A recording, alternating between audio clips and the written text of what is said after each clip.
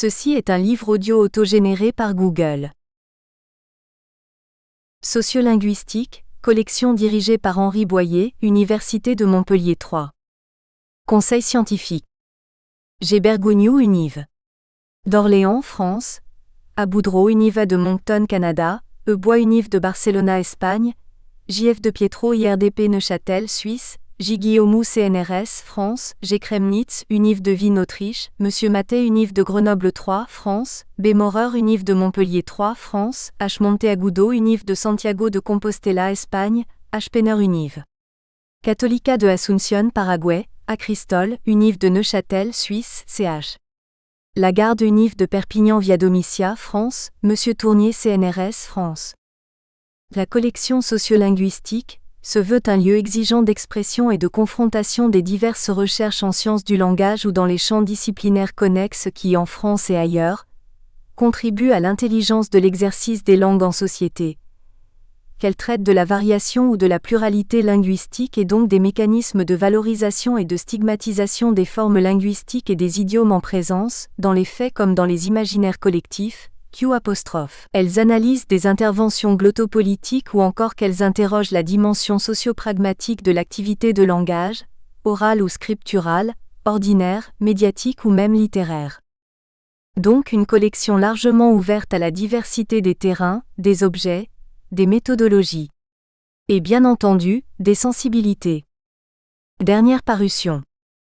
Samira Moukrim, Carmen Allen Garabato, Henri Boyer, HMJARMOUNI, Langue et patrimoine culturel 2021.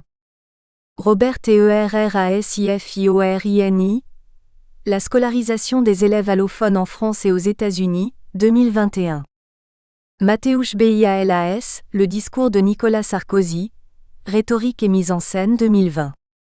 Léopold Julia, L'unilinguisme français et les dictionnaires, 2019 à 2021.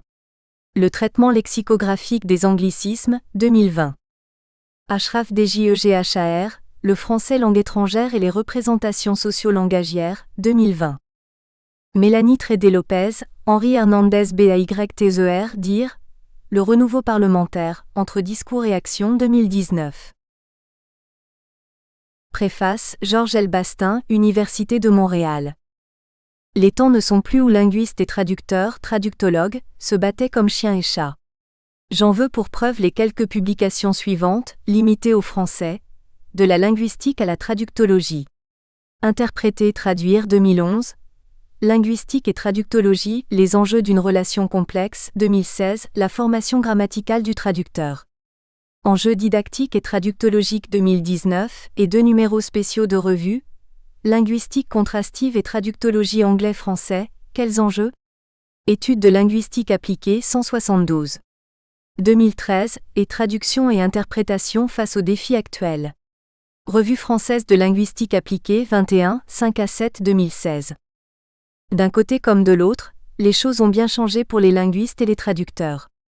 S'il reste encore quelques irréductibles, la paix semble s'être installée et c'est tant mieux. La linguistique a connu une évolution bénéfique depuis Ferdinand de Saussure.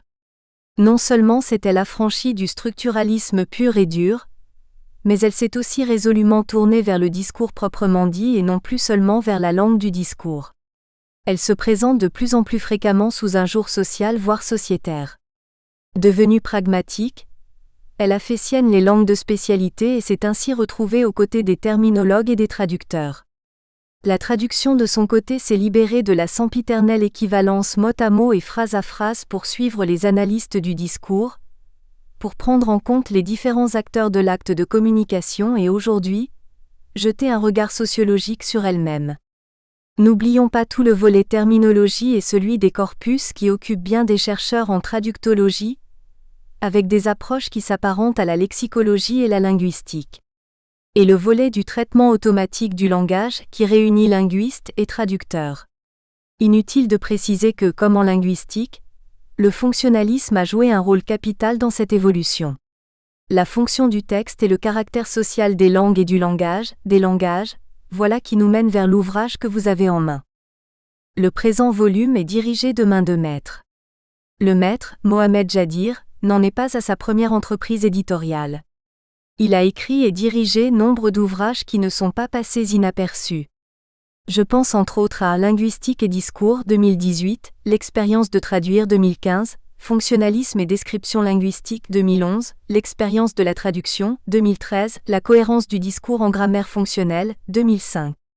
Chercheur d'envergure internationale, il sait chercher ses collaborateurs et faire s'accorder leur violon. Parmi les auteurs de cet ouvrage, on trouve bien naturellement de nombreux collaborateurs de l'Université Hassan II de Casablanca, mais les accompagnent des chercheurs d'Allemagne, d'Arabie Saoudite, du Canada, de France, des États-Unis et d'Italie. C'est dire la variété des points de vue sur le langage S et la traduction.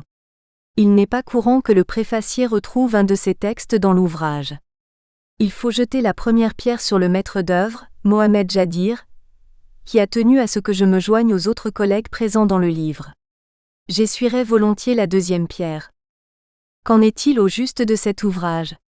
Il a le mérite de faire collaborer des experts appartenant aux deux disciplines et d'offrir des chapitres qui tous sont empreints des deux disciplines.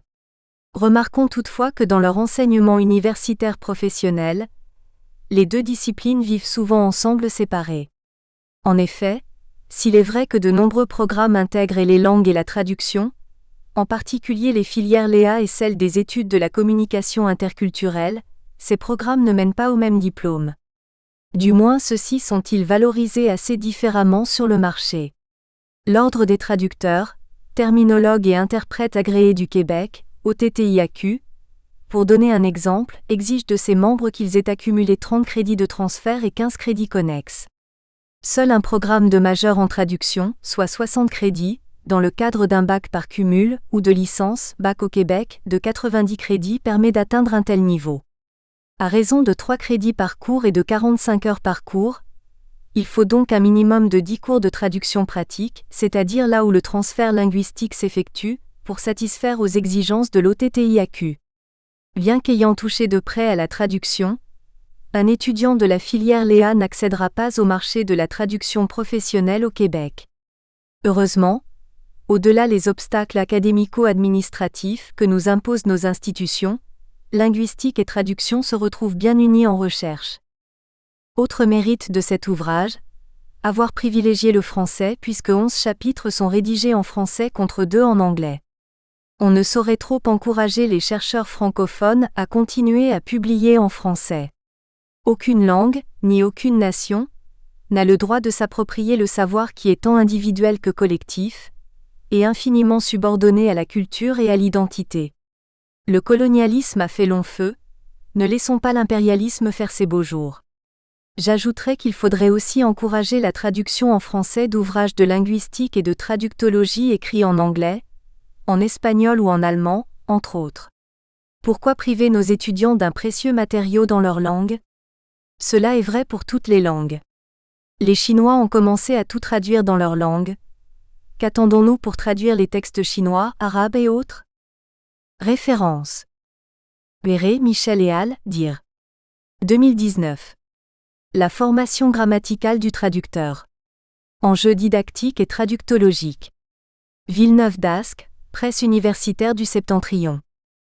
Boisseau, Maryvonne et al., dir. 2016. Linguistique et traductologie, les enjeux d'une relation complexe. Arras, Artois Presse Université. Boisseau, Maryvonne édition 2016. Traduction et interprétation face aux défis actuels. Revue française de linguistique appliquée 21, 5-7. Hamelin, Lise, édition 2013. Linguistique contrastive et traductologie anglais-français, quels enjeux ? Étude de linguistique appliquée 172. Miliaressi, Tatiana, édition 2011. De la linguistique à la traductologie. Interpréter-traduire. Villeneuve d'Ascq, Presse universitaire du Septentrion. Introduction, Sciences du langage et traductologie, Mohamed Jadir, Université Hassan II de Casablanca. Cet ouvrage comprend une sélection d'une dizaine de contributions exposant des interactions entre les sciences du langage et la traductologie, et dont certaines ont été présentées lors de la manifestation scientifique internationale Langage S et Traduction qui a eu lieu les 19 et 20 avril 2018 à l'Université Hassan II de Casablanca, faculté des lettres et des sciences humaines de Mohamedia, Maroc, et qui a été organisée par notre laboratoire. Langue, littérature et traduction, LALITRA. Les autres contributions sont venues en réponse à un appel direct des collègues spécialistes, en l'un ou l'autre des sujets abordés dans le collectif. Le volume Langage et traduction compte 3 parties renvoyant aux 3 axes et centres d'intérêt de la structure de recherche LALITRA, la traduction, la littérature et la linguistique. Chaque partie comprend un bon nombre de chapitres axés sur des problématiques et développant des phénomènes d'ordre traductologique, littéraire, sociolinguistique, pragmatique, didactique, etc. Plus spécifiquement, la première partie porte sur plusieurs aspects de la traduction qui se caractérisent par ses multiples facettes. Les 2 premiers chapitres de la dite partie traitent de 2 notions identiques, bien qu'elles soient conçues et interprétées différemment, mythe et réalité en l'occurrence. Le premier chapitre a pour objet la littérature dite enfantine, qu'on taxe à tort, d'être un discours transparent qui ne pose aucune difficulté de traduction. Bref, un simple jeu d'enfant.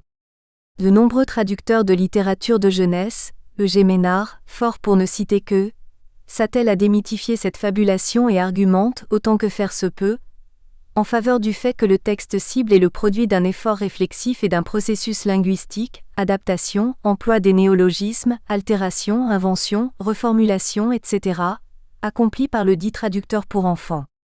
L'on a tendance, certes, à escamoter systématiquement et intentionnellement le nom du traducteur, mais de nombreuses expériences de traducteurs de jeunesse illustrent les multiples difficultés et dilemmes auxquels se trouvent confrontés ses co-auteurs lors de l'acte de traduire.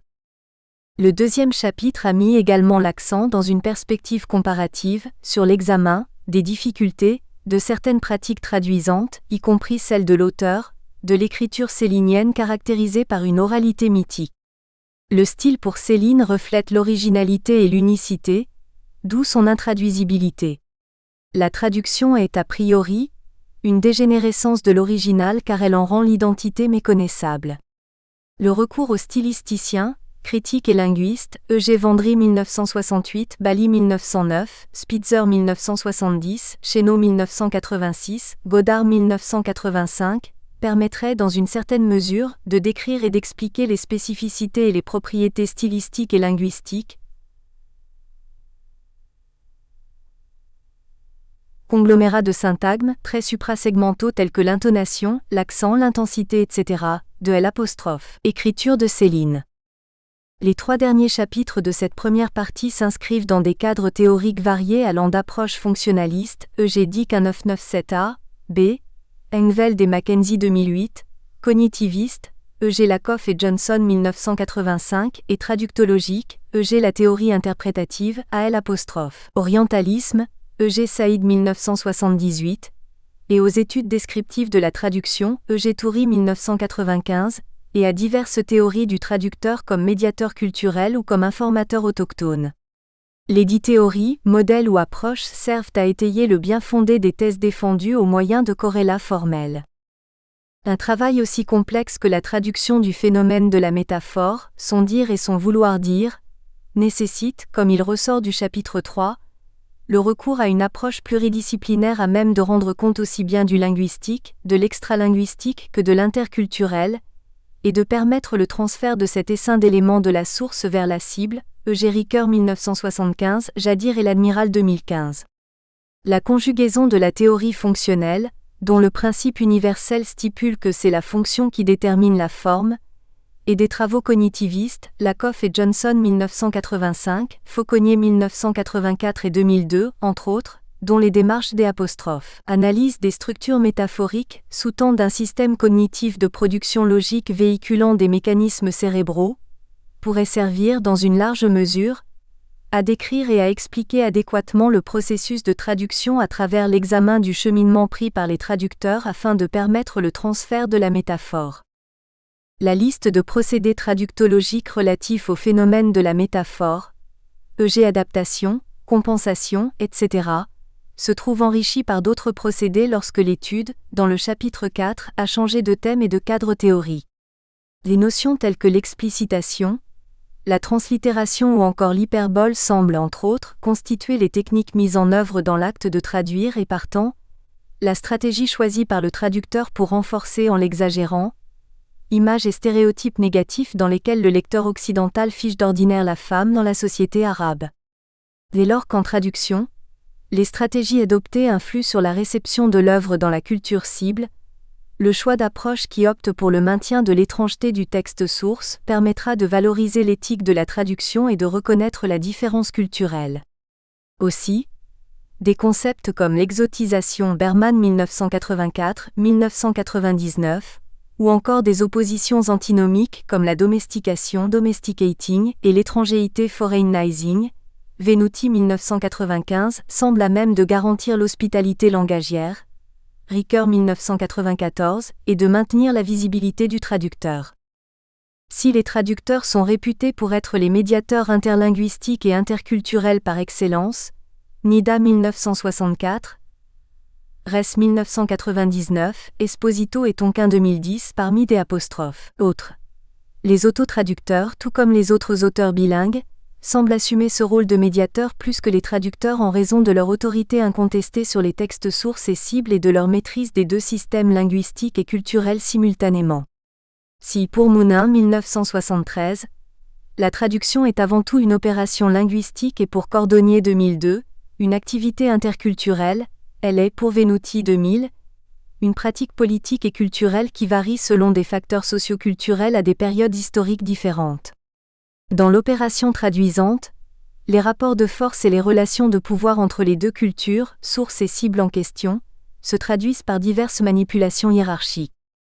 Dans cette perspective, il a été argumenté dans le 5e chapitre, en faveur du fait que les erreurs culturelles et historiques dans les autotraductions sont à concevoir plutôt comme des réactions tant politiques que créatives visant une construction identitaire dans la langue cible. Aussi, l'inspiration de travaux comme ceux de Kellman 2000 et de Cartou et al. 2017 permet d'analyser l'autotraduction comme un puissant acte de médiation et de transformation étroitement lié à des structures de pouvoir existantes ou à des activismes de contre-pouvoir au sein de contextes sociopolitiques et culturels plus larges. L'autotraducteur, que Kellman 2000 qualifie de translingual, ne se limite pas à traduire les constructions linguistiques, mais à tailler dans la cible un espace où la négociation culturelle peut avoir lieu. La seconde partie, réservée aux études littéraires, comprend 3 chapitres allant du général au particulier et portant sur un thème central commun, la femme en l'occurrence. Les 3 auteurs étudiés sont des femmes traitant dans leur production non fictionnelle de la condition féminine qui semble à plusieurs égards identique, en dépit de la variation des siècles, des continents, des religions, des nationalités, etc. La dominance patriarcale, l'exploitation de la femme, sa marginalisation, sa réification de la part de l'homme et de la société en général, les stéréotypes enracinés des siècles durant, les mouvements féministes, le désir de déconstruction du mythe patriarcal et l'aspiration à la liberté et l'autonomie. Tels sont, inter alia, des communes mesures entre les travaux analysés. Si les 3 chapitres de cette deuxième partie partagent ces thèmes, ils diffèrent à bien des égards. Les 2e et 3e chapitres portent, chacun sur un seul roman, de la littérature maghrébine d'expression française, qui peut être conçue, toute proportion gardée, comme une sorte d'instanciation des datas mises à contribution pour rendre compte de la condition de la femme. Le 1er chapitre, quant à lui, exploite pour le même objectif toute l'œuvre, roman, recueil de nouvelles, journal intime, notes, cahiers, carnets, lettres échangées, etc., d'une figure emblématique de la littérature anglaise, soit Catherine Mansfield. Si dans les 2 premiers chapitres, l'approche adoptée est de nature thématique, l'analyse de la précurseur du courant féministe et pour certains, de l'approche genre également, nécessite un essaim d'approche et de cadres théoriques à même d'en extraire les richesses et profondeurs telles que la théorie littéraire féministe, E.G. Toril 1985, la théorie de l'inconscient de Jacques Lacan qui met l'accent sur L', importance du langage dans la constitution du sujet, et les travaux des féministes françaises comme Julia Kristeva, Lucie Rigaret, Hélène Sixou et bien d'autres. Ces féministes, pour rappel, ont perçu que la fameuse notion de Lacan relative au miroir, the mirror stage, constitue une grande métaphore d'un monde qui entoure les femmes d'images de publicité et de photographies de mode dans lesquelles elles sont définies selon des critères masculins de féminité. La 3e et dernière partie compte 5 chapitres portant sur des aspects linguistiques, didactiques et traductologiques. Les 2 premiers chapitres de cette partie portent respectivement sur l'idiomaticité et la situation sociolinguistique au Maroc. Le phénomène de l'idiomatisation des expressions métaphoriques, qui constitue l'un des aspects de la grammaticalisation, fait l'objet du premier chapitre. Il s'agit d'un phénomène de nature pragmatique, dont la description et l'explication nécessitent une approche multifactorielle, où interagissent différents niveaux d'analyse linguistique hiérarchisés et fonctionnellement orientés. De là, le choix d'un cadre théorique, i.e. la grammaire fonctionnelle dans ses 2 versions, la théorie de la grammaire fonctionnelle, TGF, élaborée par Dick 1997, et la grammaire fonctionnelle discursive, GFD, développée par Engveld et Mackenzie 2008, qui conçoit la pragmatique comme un composant englobant les 2 autres composants, soit la sémantique et la syntaxe, s'avère pertinent. Le 2e chapitre s'inscrit dans une perspective sociolinguistique pour rendre compte d'oppositions notionnelles telles que langue officielle versus langue nationale, langue versus variété, etc. dans un pays connu par son multilinguisme. Parallèlement, la notion de multilinguisme est le concept clé du 3e chapitre, chapitre charnière entre les 2 précédents de cette 3e partie et les 2 autres qui suivent. Un multilinguisme de qualité où seront respectées normes, rigueur et conceptualisation et qui s'oppose au minilinguisme pluriel selon l'expression de Vargas 2000. Un concept politique aussi qui aspire à revoir des oppositions telles que grande et petite langue, langues officielles et non officielles, etc., en plus des termes qui relèvent du même paradigme notionnel que le multilinguisme comme monolinguisme, minilinguisme, superlinguisme, etc. Les théoriciens cités vont des linguistes, Eugenida et Taber 1969, Jacobson 1959, Mouna 1963, Catford 1965, Vinet et Darbelnet 1958, aux fonctionnalistes, Nord 1997, en passant par les tenants de la théorie interprétative, E.G. Seleskovic et Lederer 1984, Newmark 1988, Hatim et Masson 1990, Delille 2003 et Hurtado 1996. Le chapitre se clôt par un appel à conciliation, de la didactique des langues et de la didactique de la traduction. Dans le même ordre d'idées, les 2 derniers chapitres semblent répondre dans la mesure du possible au dit appel. Le 4e chapitre est consacré à une critique du système éducatif dans les universités et aux fondements qui la sous-tendent. Effectivement, en dépit de leurs multiples apports sur le plan théorique, les linguistes et les analystes du discours semblent avoir négligé les pratiques qui touchent à la didactique des langues ou à l'enseignement d'une culture étrangère. Cette rupture des didacticiens et des grammairiens, en prise avec les réalités du terrain, avec les linguistes et les spécialistes de l'analyse du discours, est pour le moins inexplicable. Le 5e et dernier chapitre de cette partie porte sur une problématique ayant trait à l'enseignement des langues et l'enseignement de la communication interculturelle, qui se trouvent rarement interconnectés de façon consciente et sur la base d'une didactique élaborée. L'étude propose, ce faisant, une réflexion sur la possibilité de passer par la pragmatique interculturelle pour développer chez l'apprenant une sensibilité aux différences culturelles dans la communication. C'est dans le domaine de l'allemand langue étrangère, semble-t-il, qu'il est possible de trouver une discussion méthodologique sur ces questions en Allemagne moyennant un recours à la sociologie. E.G. Callot 2005, Hiller 2010, Müller-Pelzer 2015, Bourdieu 2007, Goffman 1964. Le chapitre renoue avec la traduction qui doit mettre la langaculture source en relation avec la langaculture cible, pour réussir à désigner une routine socio-pragmatique précise.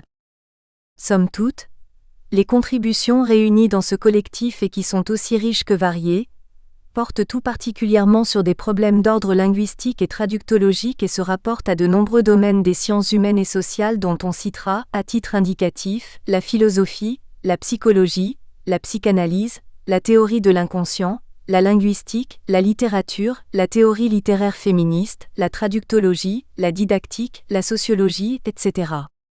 La liste des participants traduit une complémentarité et une diversité relativement représentatives. À l'instar des autres collectifs, E.G. Fonctionnalisme et description linguistique 2013, L'expérience de traduire 2015, Linguistique et discours 2018 pour ne citer que ceux-ci, Langages et traductions comptent pareillement des auteurs qui appartiennent aux 4 coins du globe, les États-Unis, le Canada, la France, l'Allemagne, la Belgique, l'Italie, l'Arabie Saoudite, le Maroc, etc.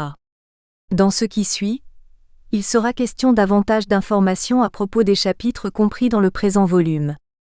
Parmi les articles traitant de sujets foncièrement traductologiques, celui de Camille Faure de l'Université Picardie Jules Verne Amiens, intitulé « Traduire la littérature de jeunesse, entre mythe et réalité », s'intéresse au mythe tenace selon lequel la littérature enfantine est un discours simple. Si transparence il y a selon Faure, elle frappe d'abord le traducteur, souvent invisible dans la promotion du texte traduit. L'enfant, lui, hante le processus de traduction à la façon d'un destinataire dont l'identité est recréée par l'imaginaire, du traducteur, de l'éditeur, du bibliothécaire, de l'enseignant, etc., influe sur des choix linguistiques mais aussi bien éthiques et esthétiques. Pour l'auteur, la traduction peut amener à infléchir les normes de la communication textuelle, notamment dans le cas du texte humoristique ou du texte illustré. En fin de compte, le critère final doit rester le plaisir du texte. Le mythe ultime tient dès lors à la petite épiphanie que doit procurer chaque texte à l'enfant lecteur, et à la nécessité de la sauvegarder dans la traduction. La contribution de Ferriti, Université de Florence, Italie. Oralité, mythe ou réalité ?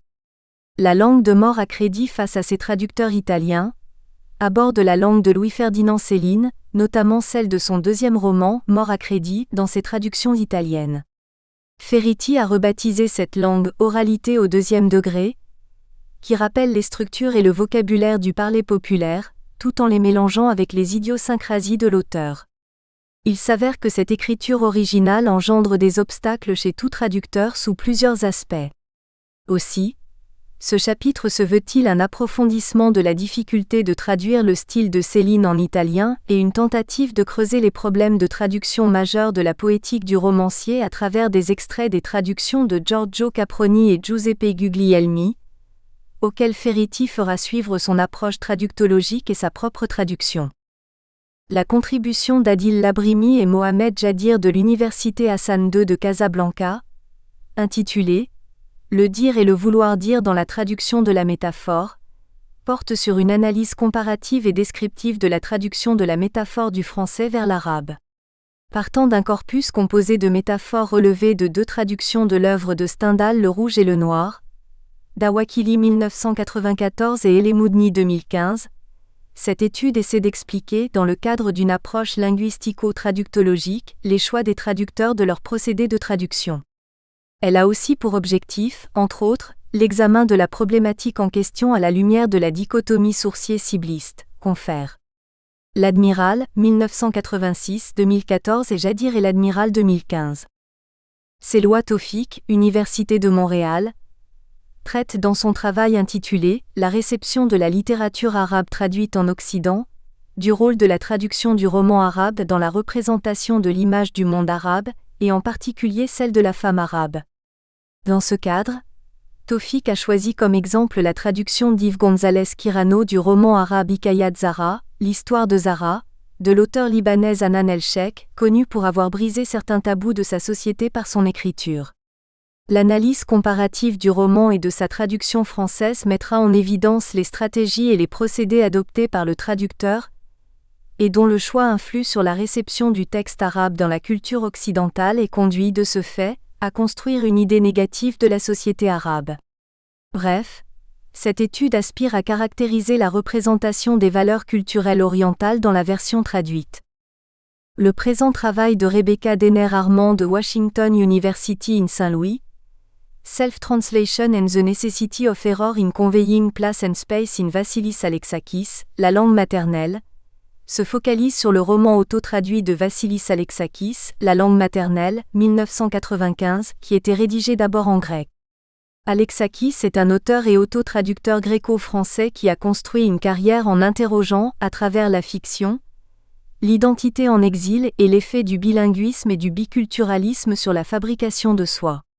Au travers d'une analyse de la place et de l'espace ainsi que du traitement du langage et des rapports entre langue, culture et mémoire personnelle et historique, l'auteur veut souligner que les erreurs et les trous dans ce texte alexakien sont des actes créatifs et volontaires.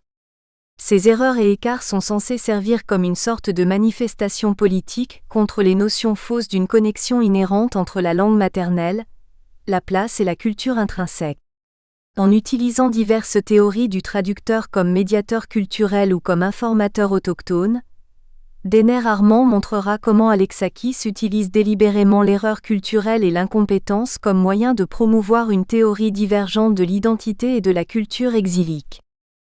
Nousa Belghiti Alaoui, Université de Casablanca, montre dans sa contribution Catherine Mansfield and Her Views on Women, comment Catherine Mansfield porte un intérêt particulier à la situation de la femme. Dans ses œuvres, elle décrit ses personnages féminins avec compassion tout en condamnant implicitement, dans un style imprégné d'une ironie diffuse, les facteurs socio-culturels à l'origine de leur exploitation et marginalisation. Ces nouvelles illustrent comment la dominance patriarcale en fait des victimes.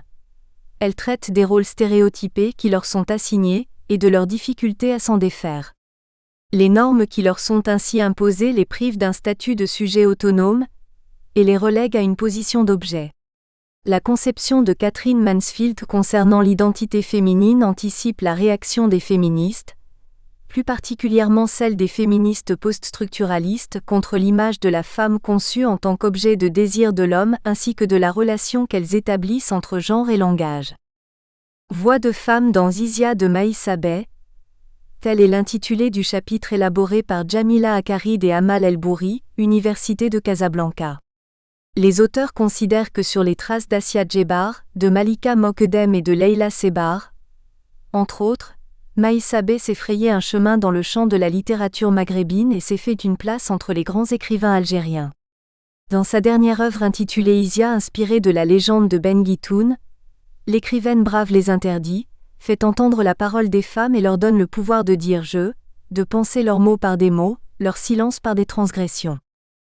Le problème débattu dans la contribution de Laïla Benassou et Amal El-Bouri, Université de Casablanca, porte sur l'identité sexuée et déconstruction du mythe patriarcal dans une vie à trois de Baatra Belsi.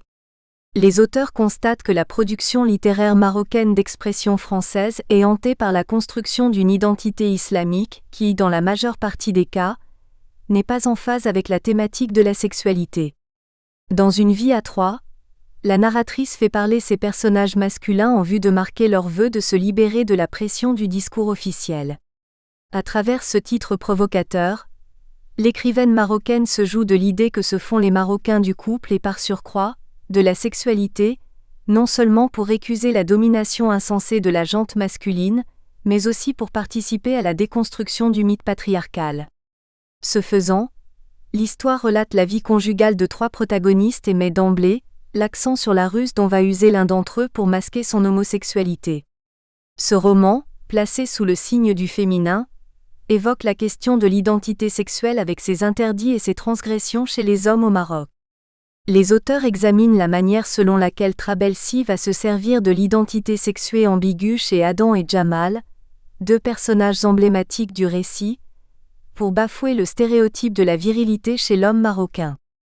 Dans son étude, pour un traitement fonctionnel des expressions idiomatiques, l'examen de Mohamed Jadir Université de Casablanca portera, dans un premier temps sur un cas de grammaticalisation, celui de l'idiomatisation des expressions métaphoriques, puis dans un deuxième temps sur son traitement dans le cadre de la grammaire fonctionnelle discursive, la GFD, Engeveld et Mackenzie 2008-2011. La première section sera réservée au principe du transfert de la marque, PTR. La deuxième sera consacrée aux étapes du processus de démarcation et comportera 3 sous-sections reflétant les 3 étapes de l'évolution diachronique qui sont respectivement A. La dérivation des expressions métaphoriques, étape 1, B. La lexicalisation des métaphores, étape 2, et C. La désidiomatisation des idiomes, étape 3. Dans l'étape 2, il sera question de l'établissement d'une classification des expressions idiomatiques à travers, d'une part, l'examen de la pertinence des critères mis en œuvre dans une approche compositionnelle, en les appliquant aussi bien à l'arabe et ses dialectes qu'au français pour vérifier leur adéquation typologique et d'autre part, le test du degré d'idiomaticité des idiomes. Dans l'étape 3, l'auteur proposera, dans une perspective compositionnelle, une lecture des expressions dites hybrides parallèle à la lecture des idiomatiques, Moutawakil 1997. La troisième section sera réservée au traitement des idiomes dans le cadre de la GFD, Confère. Kaiser 2016 et Jadir 2016. Saïd Fati, Université de Casablanca, se propose d'aborder, dans sa contribution, la situation sociolinguistique du Maroc, un aperçu, la situation actuelle du multilinguisme au Maroc et ce qui est stipulé dans la constitution marocaine. Il entamera par la suite la distinction entre langue officielle, LO, et langue nationale, LN, reconnue de facto ou de jure, pour passer à l'examen des concepts ayant trait au pouvoir contre solidarité et communication contre identité. Fati traitera enfin, à la lumière de ces concepts, le cas des variétés berbères marocaines. Georges Bastin de l'Université de Montréal plaide pour un mariage de raison entre linguistes, langagiers et traducteurs. Pour lui, l'apprentissage des langues et de la traduction appartiennent à un domaine langagier commun. Plusieurs réalités les séparent toutefois. En effet, traduction scolaire, c'est-à-dire en classe de langue, et traduction professionnelle ne font pas toujours bon ménage. La maîtrise de plusieurs langues, le propre d'un traducteur mais souvent des linguistes aussi, pose le problème de la qualité. Le degré de maîtrise varie en effet fortement d'une langue à l'autre chez la plupart des langagiers. De même, le niveau et la réalité du multilinguisme et du multiculturalisme. L'université doit dès lors se charger de garantir la qualité recherchée. Or, on observe une évolution semblable de la didactique des langues et de la traductologie. Dans les deux cas, on est passé progressivement et schématiquement des mots, du texte, à l'acteur, le locuteur, le traducteur. En pédagogie, selon Bastin, c'est l'approche constructiviste qu'il convient de privilégier pour veiller à une maîtrise des langues de haut niveau et à un exercice professionnel de la traduction, également de haut niveau. Cette approche permet de célébrer un mariage de raison entre les deux disciplines. S'il y a un domaine névralgique qui nécessite, selon Abdulhamid Al-Fetta, Université du Roi Saoud, une refonte approfondie, c'est celui de l'enseignement du français dans le département de la Faculté des langues et de traduction de l'Université du Roi Saoud. Au cours des 2 premières années de leur cursus de français, les étudiants, les plus motivés, ne font que s'appliquer et exécuter ce qui leur est demandé de faire. L'auteur constate en revanche qu'au fil des années, une gêne voire une lassitude envahissante s'empare des esprits de beaucoup d'entre eux. Ce malaise est tout d'abord imputable aux livres de français utilisés par les enseignants dans les cours. Il y a une inadéquation flagrante entre ces supports et les attentes des étudiants. Aussi, Al-Fetta recourt-il à des propositions concrètes. Dans son analyse de la pragmatique de l'enseignement des langues et de la communication interculturelle, Doris Fetter, Université de Zwickau, considère que les rituels de salutation sont conçus comme des routines sociopragmatiques très complexes. Dans les livres d'enseignement du français pour allemands, ces routines sont d'habitude enseignées dans les premières leçons. Par contre, dans les cours de communication interculturelle avec des étudiants allemands et français avec un niveau de B2 en langue, Fetcher note que les professionnels ont pu constater qu'ils ne disposent d'un savoir explicite différencié ni sur leur propre routine ni sur celle du groupe opposé. Par ailleurs, l'auteur répond aux questions suivantes. Comment est-ce que des routines sociopragmatiques complexes comme faire la bise ou die Handschütteln sont enseignées dans les livres de langue? Comment y sont-elles expliquées, visualisées et éventuellement traduites? Est-ce qu'on peut y découvrir des approches interculturelles? Je ne saurais finir avant d'exprimer mes profonds remerciements aux participants à l'activité scientifique, Langagesse et traduction organisée par le laboratoire, et aux traducteurs, traductologues, didacticiens et linguistes qui m'ont fourni leurs contributions en acceptant de partager leur savoir à travers le développement de thématiques relatives à l'interface sciences du langage et traduction. Les vifs remerciements vont également à la présidente de l'Université Hassan II de Casablanca, Madame la professeure Awati Fayard, qui considère les chercheurs et honore la recherche scientifique, aux collègues membres permanents du laboratoire, langue, littérature et traduction, LALITRA, de l'Université Hassan II de Casablanca et aux membres associés de la structure et tout particulièrement Stéphanie Schwerter, Université de Valenciennes et École des hautes études en sciences sociales EHESS de Paris, Camille Faure, Université Picardie Jules Verne et Georges Bastin, Université de Montréal, pour leur précieux concours à la réalisation de ce projet qui m'a valu 2 années de préparation. Je suis redevable aussi à Alina Ganea de l'Université de Galaxy, à Alice Brown de l'Université de Chicago, au Dr Hassan Ben El-Afi, au Dr Mustapha Bensou et au Dr Mohamed El-Khomri qui a rendu l'âme en tiempos de Corona. Référence. Bastin Georges. L 2003. La traduction, activité onomasiologique. In Maréchal, G. Brunette L. Gevel Z. Esperluet Valentine E. Dire. La formation à la traduction professionnelle, Ottawa, les presses de l'Université d'Ottawa 83-91. Berman Antoine. 1984. L'épreuve de l'étranger, culture et traduction dans l'Allemagne romantique. Paris Gallimard. Berman Antoine. 1999. La traduction et la lettre ou l'auberge du lointain. Paris, Édition du Seuil. Chénaud Albert. 1987. Céline et l'ordre des mots. Acte du colloque international de Paris LF Céline, 20 au 21 juin 1986. Tusson du Léraud, Paris, Société des études céliniennes, 34 à 47. Cordonnier Jean-Louis. 2002. Aspect culturel de la traduction, quelques notions clés. Méta 47.1, 38 à 50. Delille, Jean. 2003. La traduction raisonnée. Deuxième édition, Ottawa, les presses de l'Université d'Ottawa. Dick Simon. C1997A, B. The Theory of Functional Grammar. Berlin-New York, Mouton de Gruyter. Esposito Franck, Maria et Humphrey Tonquin ed. 2010. The Translator a Mediator of Culture. Amsterdam, John Benjamin Publishing Co. Engeveld, Keys et John. L. Mackenzie. 2008. Functional Discourse Grammar, a Typologically Based Theory of Language Structure. Oxford, Oxford University Press. Jadir Mohamed. 2016.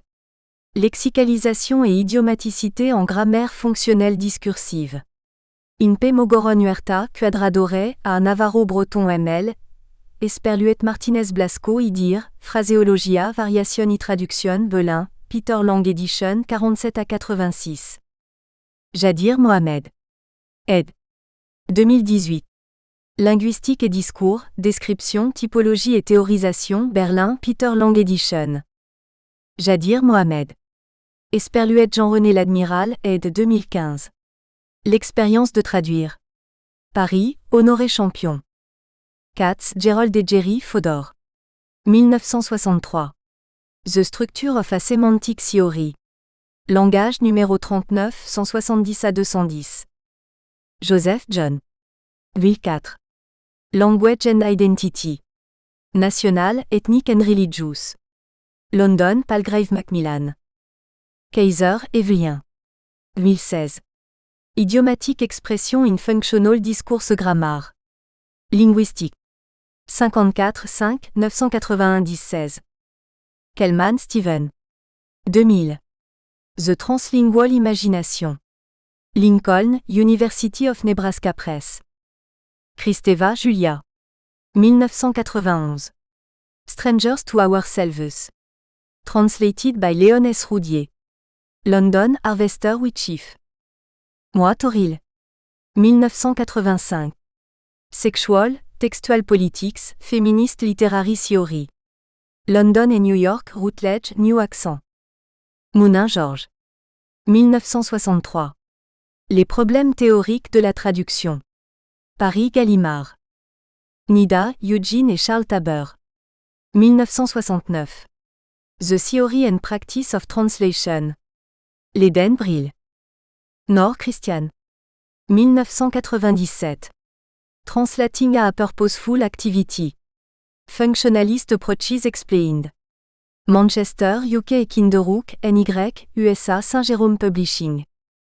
Ricoeur Paul. 2004. Sur la traduction. Paris Bayard. Schleiermacher Friedrich. 1999. Les différentes méthodes du traduire Trad FR. Antoine Berman et Christian Bernier. Paris Seuil. Essai. Seleskovitch, Danica et Marianne Lederer. 2001. Interpréter pour traduire. Paris, Didier Érudition, Col. Traductologie. Spitzer, Léo, 1970. Études de style. Paris, Gallimard. Toury, Gideon. 1995. Descriptive Translation Studies and Beyond. Amsterdam and Philadelphia, John Benjamin. Venuti, Lawrence. Ed. 2000. The Translation Studies Reader. London and New York, Routledge. Venuti, Lawrence. 1995. The Translator's Invisibility, A History of Translation. London and New York, Routledge Col. Translation Studies. Vinet, Jean-Paul et Jean d'Arbelnet. 1968. Stylistique comparée du français et de l'anglais. Montréal, Beauchemin. Traduire la littérature de jeunesse, entre mythe et réalité, Camille Faure, Université de Picardie Jules Verne, Amiens, France. Mais quel mythe, justement ? Préparant cette intervention, j'avais d'abord en tête le mythe, tenace y compris parmi mes étudiants, qui voudrait que la littérature enfantine suscite une traduction spontanée. Une traduction avec peu ou pas d'étapes intermédiaires, comme si écrire pour l'enfant, pratique omniprésente, se faisait dans un médium universel. Comme si la langue source du texte oubliait ses particularismes pour redevenir, puisqu'on est dans le mythe, la langue originelle, adamique, rêvée par les philosophes classiques comme frappée d'une transparence absolue entre le signe et l'objet. La littérature de jeunesse dirait si simplement, si directement ce qu'elle a à dire, que sa traduction deviendrait elle-même un jeu d'enfant. Aussi y aurait-il peu d'efforts et peu de mérite à traduire les contes animaliers de Béatrix Potter ou la saga Harry Potter de J.K. Rowling. Ceci est une fabulation bien sûr que le traducteur de J.R. Rowling, Jean-François Ménard, serait le premier à dénoncer. Dans ses entretiens de presse, la même phrase revient dans sa bouche frappante, « J'ai découvert un langage différent ». Par là, il n'entend pas juste un langage étranger qui n'est pas le sien, mais un langage inventé rempli de néologismes fondés sur l'anglais, le français ou le latin, qui sert de support à la représentation d'un univers alternatif, celui de la magie. Il lui a donc fallu se confronter à cette différence. Il lui a fallu à son tour trafiquer, altérer, adapter sa propre langue pour construire un support équivalent français. Si transparence il y a, sa réalité tient davantage à l'invisibilité du traducteur de jeunesse, dont le nom disparaît bien souvent dans les recensions et publicités consacrées à ce type d'ouvrage.